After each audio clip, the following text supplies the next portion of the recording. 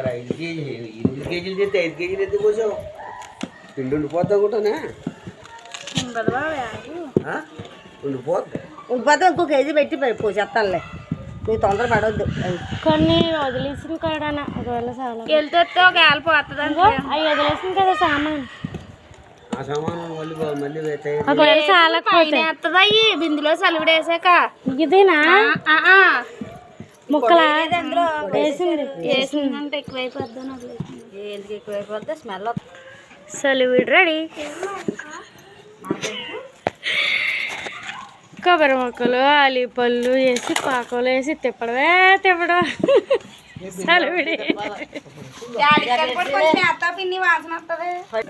పైన ఆలిపళ్ళు పౌడర్ కూడా జలుకోవాలి స్మెల్కి. సలివిడి carrot ten చేసి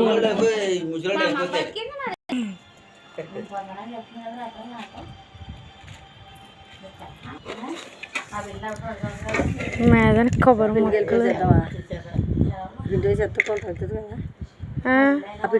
బాగుంటుందా?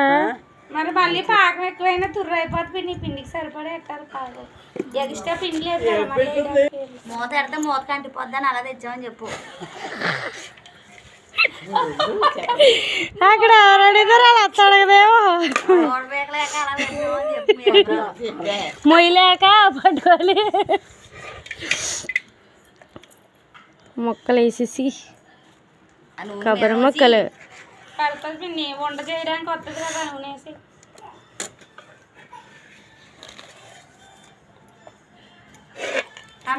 ఆయిల్ అలా వేయాలి.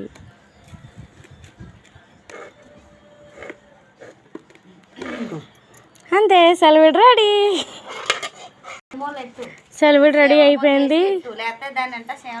కాలు తాగకుండా పెట్టేసి మూత మూత ఎంత నీట్గా కనబడుతుందో సలివిడి.